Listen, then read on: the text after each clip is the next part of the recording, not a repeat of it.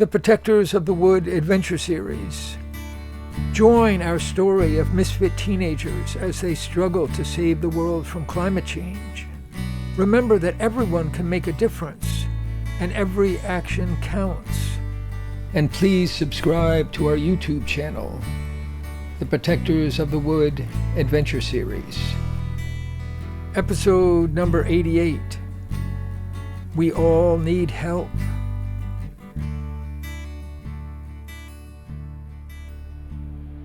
Sometimes I'm stumbling through my day, and there's no light upon the way. There's nothing I can see, it's dark as can be. Hold my hand and see me through. I'm lost if I don't have you. God help the shape that I'm in. God help the shape that I'm in. Just come back to me, I'll be yours for free. I'll do all the good I can do. It's just that I need you.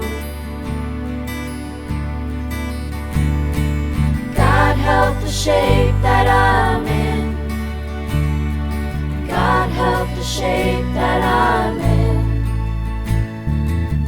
Just come back to me, I'll be yours for free. I'll do all the good I can do. It's just that I need you. It's just that I need you.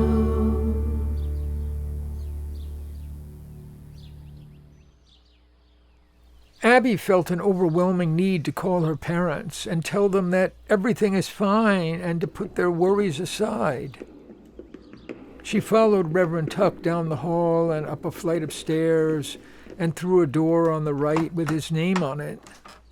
The office was not small, but it was so full of things that it seemed small.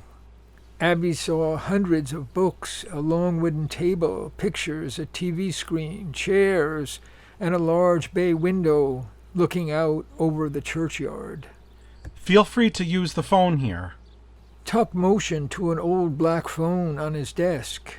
Abby sat in the desk chair, a tall wooden embroidered throne of a chair, with a view of the churchyard all the way across the street to the benches in front of the office of the very conservative local newspaper, the Middletown Standard. A couple of men she had never seen before sat there doing nothing. One of them sat up straight, staring at the churchyard as if looking for something. It looks like we've got watchers at our gate. I wonder what they're looking for. Let's not terrify ourselves. Let's go ahead and live our lives, shall we? If it's okay with you, I'd like to invite my parents and Glenda and Tiny to visit me here at the cottage. You certainly can. But is Glenda a part of your plans? Is she in any danger? I know her parents-in-law. No danger that I know of. When I used to stay at her house, I'm afraid I brought trouble her way. But that's over. Glenda is just trying to be a mother and a student. She's doing her best. From memory, Abby dialed her parents' number, her own number for so many years. It rang more times than she had the patience to count, and she hung up in disappointment.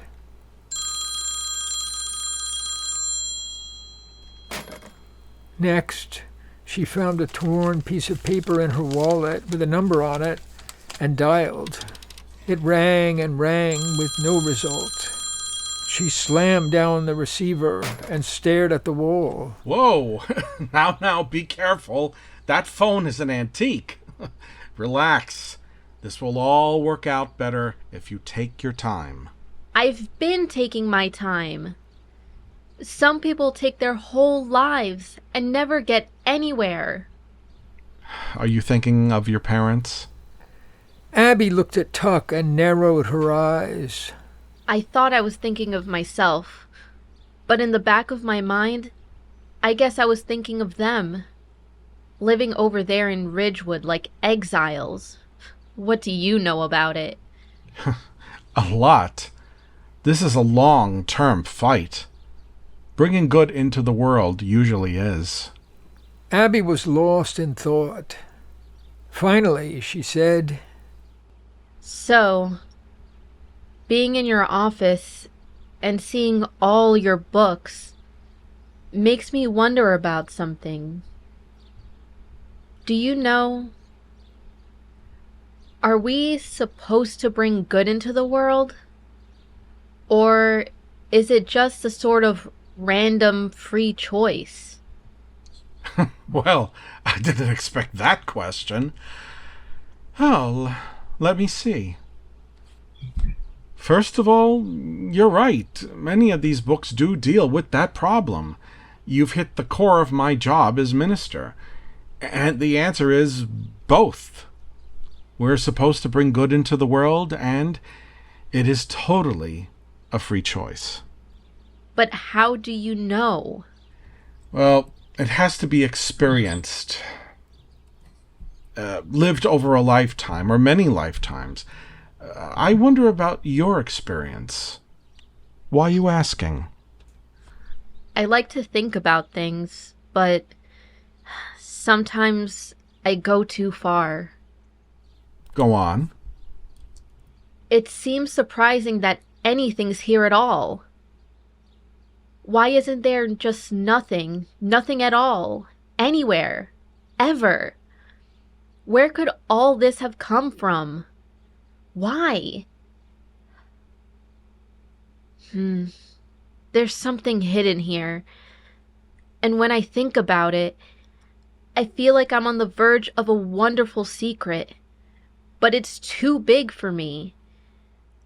I feel like I'm gonna split open, get zapped by too much electricity, like it's too powerful to approach. Tuck stared at her and nodded. It is too much. That's why we all need help. We're not made to take that on all at once. Not that you're wrong. It is a wonderful secret. I'm just surprised. You see, most people don't talk about this. It's a taboo subject. People are afraid. We have to take the long, slow, winding path, doing good day by day here on Earth. So, what am I trying to say? He turned and looked Abby in the eye. My message is simply that we all need help. Yes, we do. We need each other and some unexpected grace. I'm supposed to assist people in finding the right way. You're making me wonder how good a job I've been doing. Abby looked down and did not respond. Now, don't feel bad. I know how disposed you are to feeling guilty. But you're helping me, inspiring me to do better. The only way I can respond to your questions is by doing a better job. This will take time. You've got to include me in your project. What? My project? Tuck looked at her and smiled. You didn't know? At that moment came a knock on the door. Yes, come in. The door opened part way and a gray-haired woman leaned into the room. I'm sorry to bother you, but Glenda Trimble with Tiny and Lucy insist on seeing Abby. Yes! Oh, well, please bring them up. Thank you so much, Janet. Soon, Janet's voice could be heard yelling in the hallway. Now don't run! You're going too far! On your left there! The door on your left! Suddenly, Tiny burst into the room, scanned it in a microsecond, saw Abby, and shrieked. Abby! Abby! I wish you a rainbow all around your head.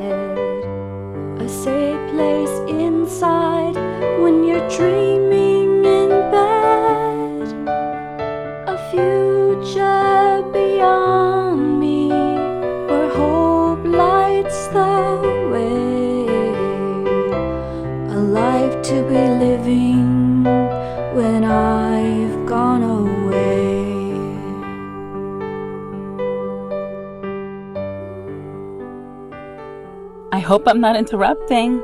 Not at all, not at all. Abby was just trying to call you and almost broke my phone. We saw you on TV. Oh, I was worried about that. I hope it didn't scare you. Who are the mean people? Where do they come from? Let me interrupt for a second.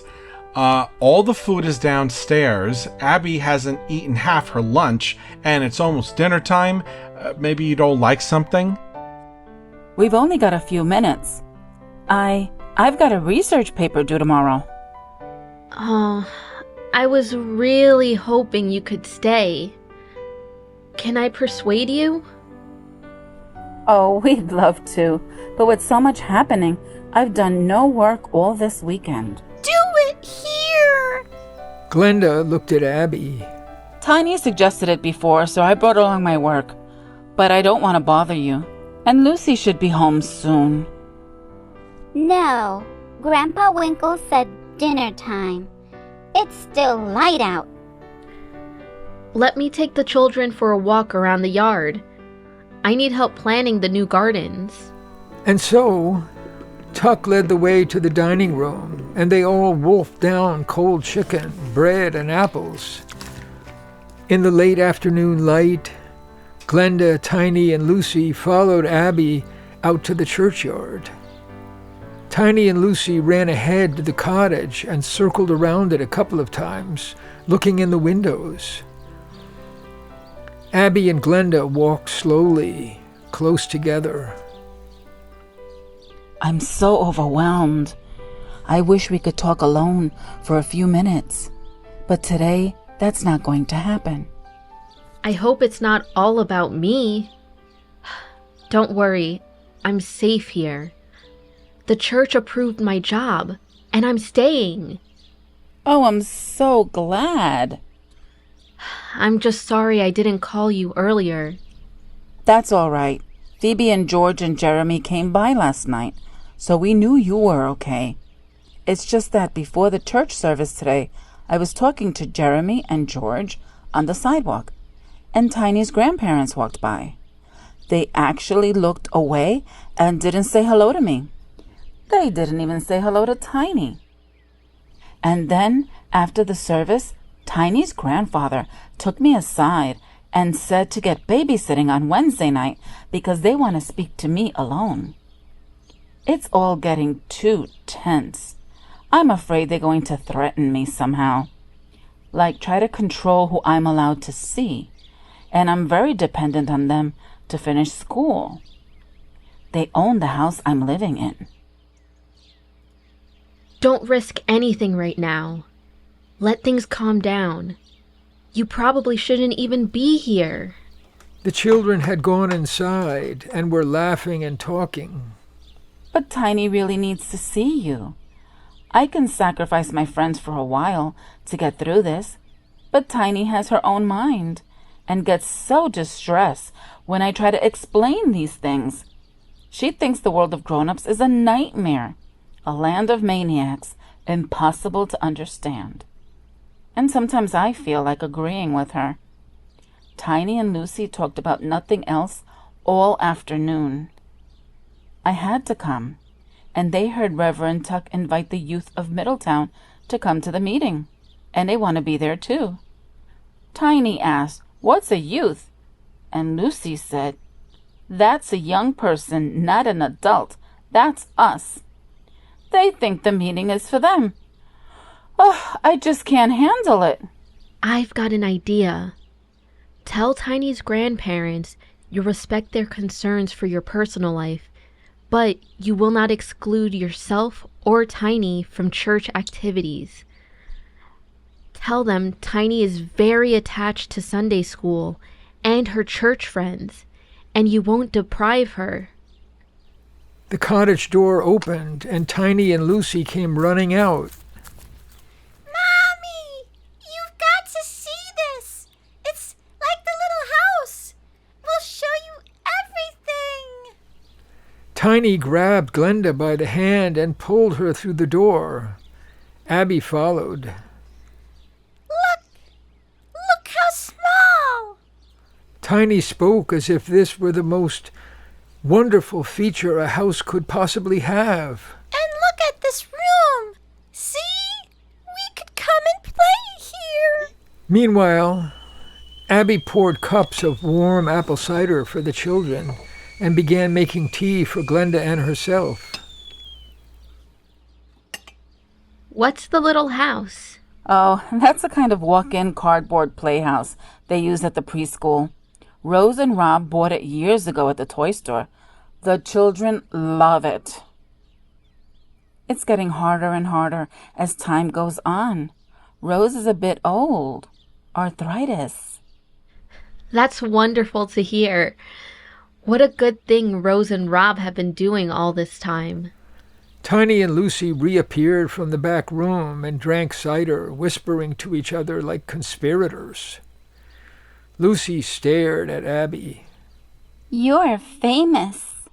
Me? Not so. I'm nobody. Yes, so.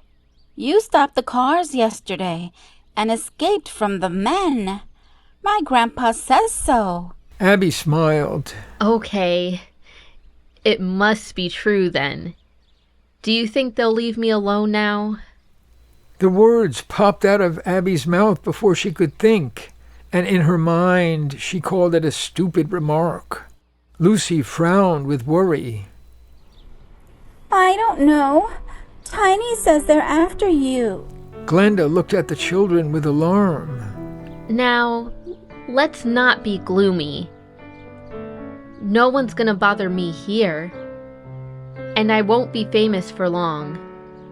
In a few weeks, everyone will forget and move on to something else. But in her heart, Abby knew it wasn't true. These problems seemed to go on forever. I wish you a rainbow all around your head, a safe place inside when you're dreaming in bed, a future beyond me where hope lights the way, a life to be living when I've gone away. The years roll like waves on the ocean before us. You're off in your boat with your sail in the air. My heart it goes with you like a hand on your forehead. More precious than gold is each strand of your hair. I'm asking the man in the sky to take care of you on that boat with your sail in the air. The years they unfold as a mystery before us. From out of our mother, the earth we all share. May earth, wind and water go on forever. May we always go with them, our sails in the air. The man in the sky wants us to take care of our mother around us, the earth and the air. The man in the sky wants us to take care of our mother around us, the earth and the air.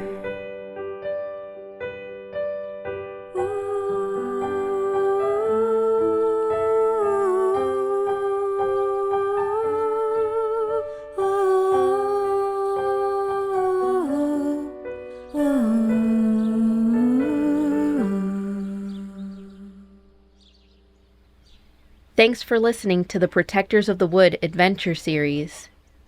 Find all our projects on protectorsofthewood.com and support us on Patreon at Protectors of the Wood.